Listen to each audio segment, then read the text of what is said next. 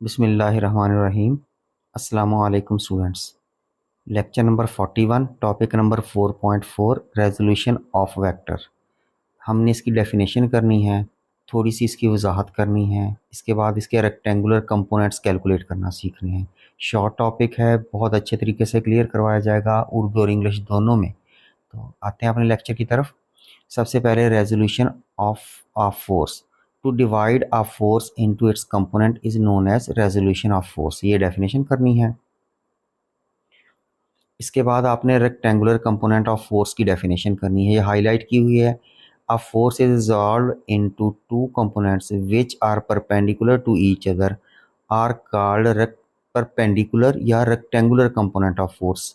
ये कर लेनी है। नेक्स्ट आप इसकी एक्सप्लेनेशन की तरफ आ जाएं। तो ये बेटा आपको फिगर के अंदर एक फोर्स F नज़र आ रही है। इसके दो कंपोनेंट हैं, एक एक्स एक्सिस पे एफ एक्स कंपोनेंट है और वाई एक्सिस पे एफ वाई कंपोनेंट है।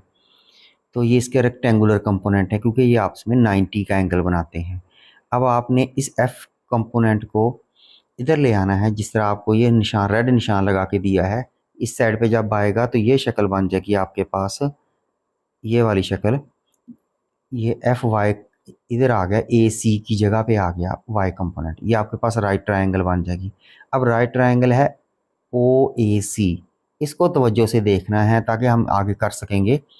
अब एफ इसमें हाइपोटेन्यूज है, एफ वाई इसमें परपेंडिकुलर है और एफ एक्स जो है हमारे पास वो इसका बेस है। ये इधर लिख के दे दिया, बुक में नहीं लिखा था ताकि आपको आसान रहे। तो अब हमने ये तो इसकी वजाहत कर दी। अब हम इसी ट्रायंगल को यूज़ करते हुए इसके रेक्टेंगुलर कंपोनेंट कैलकुलेट करेंगे। ये बेटा ये जो ग्रीन कलर से शेड किया हुआ है, ये मैंने यही बताया है जो मैंने आपको वजाहत कर दी है इसकी। ये नीचे येलो और नीचे करने की ज़रूरत नहीं है, फिर आपने यहाँ से करना है ग्रीन से जो आपको हाईलाइट कर दिया है। The magnitude of the perpendicular component can be found by right angle triangle. अब इस राइट ट्राइंगल आपको दिखाई हुई है उससे करेंगे। सबसे पहले हम कॉज लगा लेंगे और फिर साइन। कॉज होता है बेस ओवर हाइपोटेन्यूज। अब इसमें अब आपको दोबारा दिखा दूं, बेस देखें आपके पास क्या है ओ ए और हाइपोटेन्यूज क्या है आपके पास ओ सी। अब बेस की जगह लग जाएगा एफ एक्स और हाइपोटेन्यूज की जगह लग जाएगा एफ वाई। देखिए बेटा आ गया F x over F cos theta.